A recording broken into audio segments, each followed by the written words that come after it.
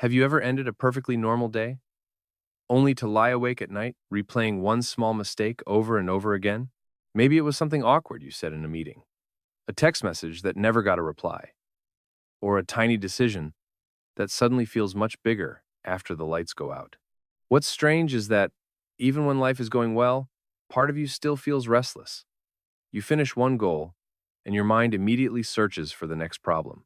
You receive 10 compliments, yet somehow it's the one criticism that stays with you. You spend an entire afternoon laughing with friends, but later that night, your brain brings back a single embarrassing moment from years ago. If any of this feels familiar, here's something you need to hear. You are probably not overthinking because you're weak. You're not broken, and you're certainly not the only one. The truth is, your brain was never designed to make you happy. It was designed to keep you alive. For thousands of years, that was enough. The humans who constantly looked for danger were the ones who survived. The ones who noticed every strange sound, every possible threat, every sign of rejection had a better chance of living long enough to pass on their genes. Your brain still carries that same ancient survival system today. The only difference is that the dangers have changed. A predator has become an unread message. A life-threatening mistake has become the fear of looking foolish. Being separated from the tribe has become the fear of being left behind by everyone your age. Your brain doesn't always know the difference. It simply reacts. And once you understand that, something remarkable begins to happen. You stop asking, "What's wrong with me?" And you start asking a much better question. What has my brain been trained to believe? Because the answer to that question might change not only the way you think, but the way you live. Once you realize that your brain is built for survival, a lot of confusing moments suddenly begin to make sense. Why one careless comment can stay in your head for days. Why your mind imagines worst-case scenarios before anything has even happened. Why it feels so much easier to notice what is missing than to appreciate what is already here. None of these reactions mean you're failing at life. They simply mean your brain is doing the job it learned to do thousands of years ago. The problem is that the world has changed much faster than our biology has. Our ancestors faced dangers they could see. Wild animals, starvation, harsh weather. Being rejected by the tribe could mean not surviving the winter. Today, most of us don't face those kinds of threats anymore. Instead, we worry about unread emails, awkward conversations, social media comparisons, missed opportunities, and the fear that we're somehow falling behind everyone else. To your conscious mind, these problems are completely different. But to the survival system inside your brain, danger is still danger. That's why a single criticism can feel heavier than 10 compliments.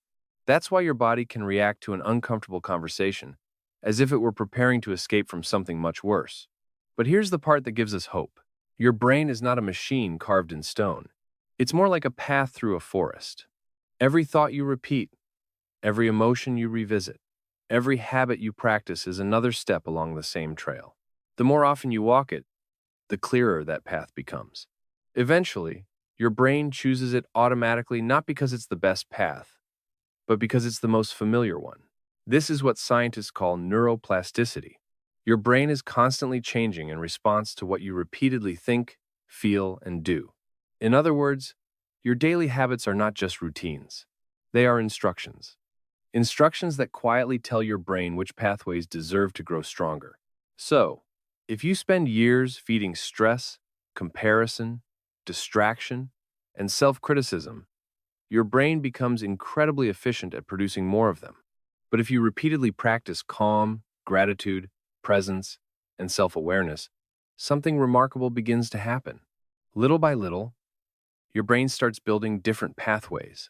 Not overnight, not with one motivational video, but with the quiet choices you make every single day. And that's exactly what these next 7 habits are designed to do. The first habit isn't about thinking more positively. It's about noticing when you've stopped thinking clearly.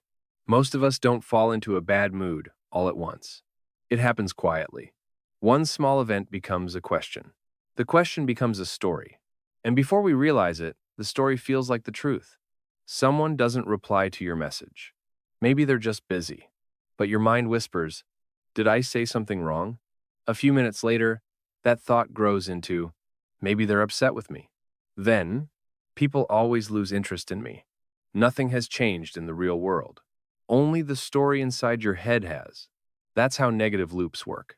They don't begin with certainty. They begin with imagination.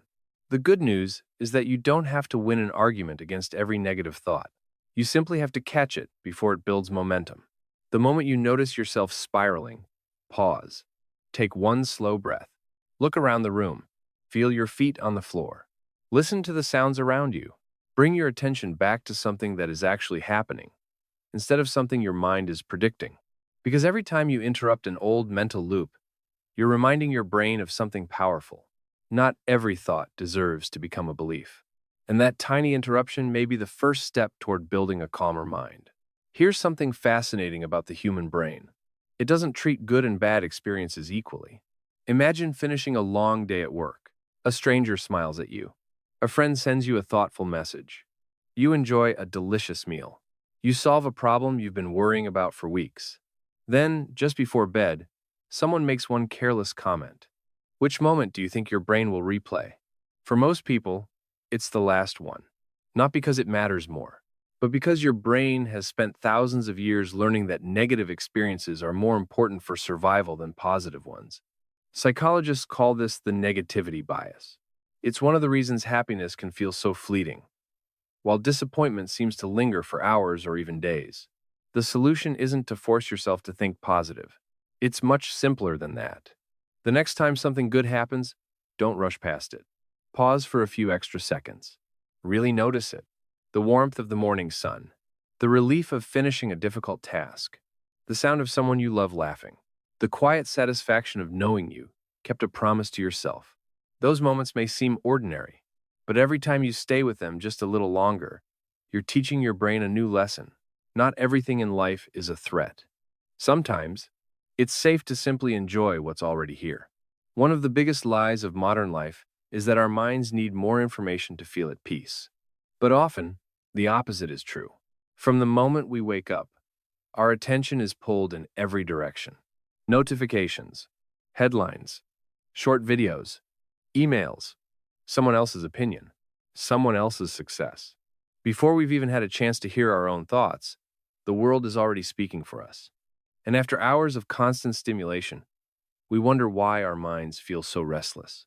Maybe your brain isn't overwhelmed because your life is too complicated. Maybe it's simply exhausted from never getting a moment of silence.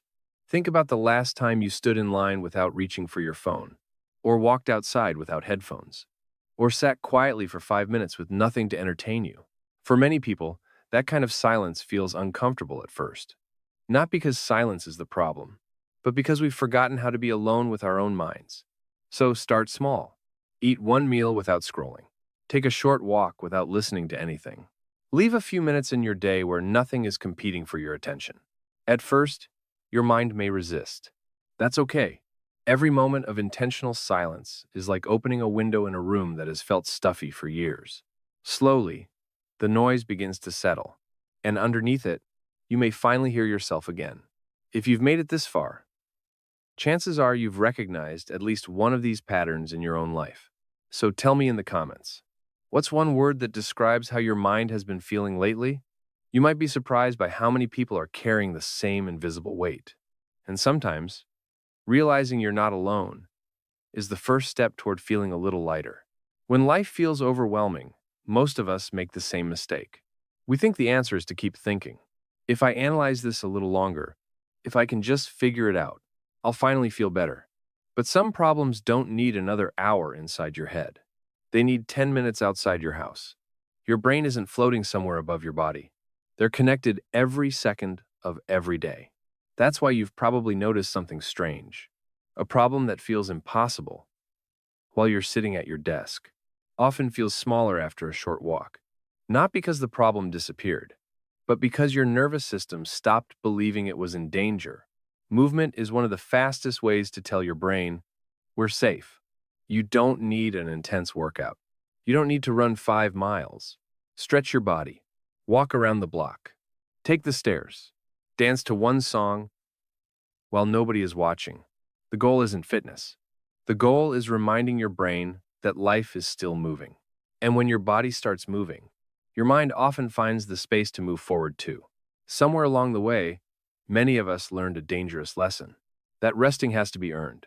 We tell ourselves, I'll relax after I finish everything. But somehow, everything is never finished. So we keep going. Even while watching a movie, we're thinking about tomorrow. Even during dinner, we're checking emails. Even on vacation, part of our mind is still at work. Our bodies may be sitting still, but our brains never truly stop running. Here's the truth. Rest is not the reward for productivity. Rest is what makes productivity possible. Think about your phone for a moment. If you ignored the low battery warning every single day, eventually it wouldn't matter how powerful the device was. It would simply shut down. Your brain works the same way. Sleep strengthens emotional balance. Breaks restore focus. Quiet moments help your mind sort through everything it has been carrying. So the next time you take a break, don't ask yourself, have I done enough to deserve this? Ask a different question. What kind of person will I become if I never allow myself to recover? Because recovery isn't wasting time. It's preparing your mind to live well tomorrow. Every day, people compete for something more valuable than your money, your attention. Because whatever repeatedly holds your attention eventually begins to shape your reality. Think about it. If the first thing you see every morning is bad news, your brain learns that the world is dangerous. If you constantly compare your life to carefully edited moments online, your brain starts believing you're always behind. If you spend hours consuming anger, outrage, and fear, don't be surprised when those emotions begin to feel like your normal state. Your attention is like sunlight. Whatever it touches long enough begins to grow. That doesn't mean you should ignore reality or pretend life is perfect. It simply means you should become more intentional about what you allow into your mind. Not every opinion deserves your energy. Not every argument deserves your response. Not every piece of content deserves a place in your memory. Because every time you choose where your attention goes, you're quietly deciding who you're becoming. Protect your attention carefully. It's one of the few things in life that, once given away, you can never fully get back. If there's one idea I hope stays with you after this video, and it's this: your life is rarely changed by one big decision. It's changed by the small things you repeat when nobody is watching. Most people wait for motivation. They tell themselves, I'll start when I feel ready. But your brain doesn't care very much about your intentions. It responds to repetition. One slow breath, repeated every morning. One walk after dinner. One meal without your phone. One moment where you choose gratitude instead of comparison. None of these actions will transform your life overnight. In fact, they may feel almost too small to matter. But that's exactly how your brain changes. Quietly, patiently, one pathway at a time. One ordinary day at a time. And then, without realizing when it happened, something begins to feel different. You recover from difficult moments a little faster. You stop believing every fearful thought your mind creates. You notice beauty in places you used to rush past. You laugh more easily. You sleep a little better. Not because your life suddenly became easier, but because your brain no longer treats every moment like a battle that has to be won. Maybe that's what real happiness looks like. Not a life without problems, but a mind that no longer mistakes every problem for a threat. And every small habit you practice from this day forward is another quiet vote for the person you're becoming. Let's come back to the question we started with. What if your brain was never designed to make you happy? By now, maybe the better question is this: what if happiness was never something your brain was supposed to create on its own, but something you could gently teach it to recognize? For most of your life, your brain has been trying to protect you. It wasn't trying to make you anxious, or exhausted, or stuck. It was simply using the tools it had learned over thousands of years. The beautiful thing is that those tools are not your destiny. Every time you interrupt a negative spiral, every time you pause to appreciate a quiet moment, every time you choose presence over distraction, you are sending your brain a new message. We're safe. And perhaps that's all your mind has been waiting to hear? So, don't leave this video thinking you need to change your entire life by tomorrow. You don't. Choose one habit. Practice it for a week. Then let the next one come naturally. Because lasting change is rarely loud.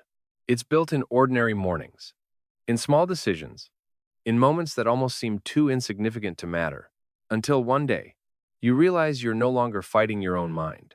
You're finally working with it. And that may be one of the greatest gifts you can give yourself. Before you go, I'd love you to do one simple thing. Pick one of these 7 habits and start today.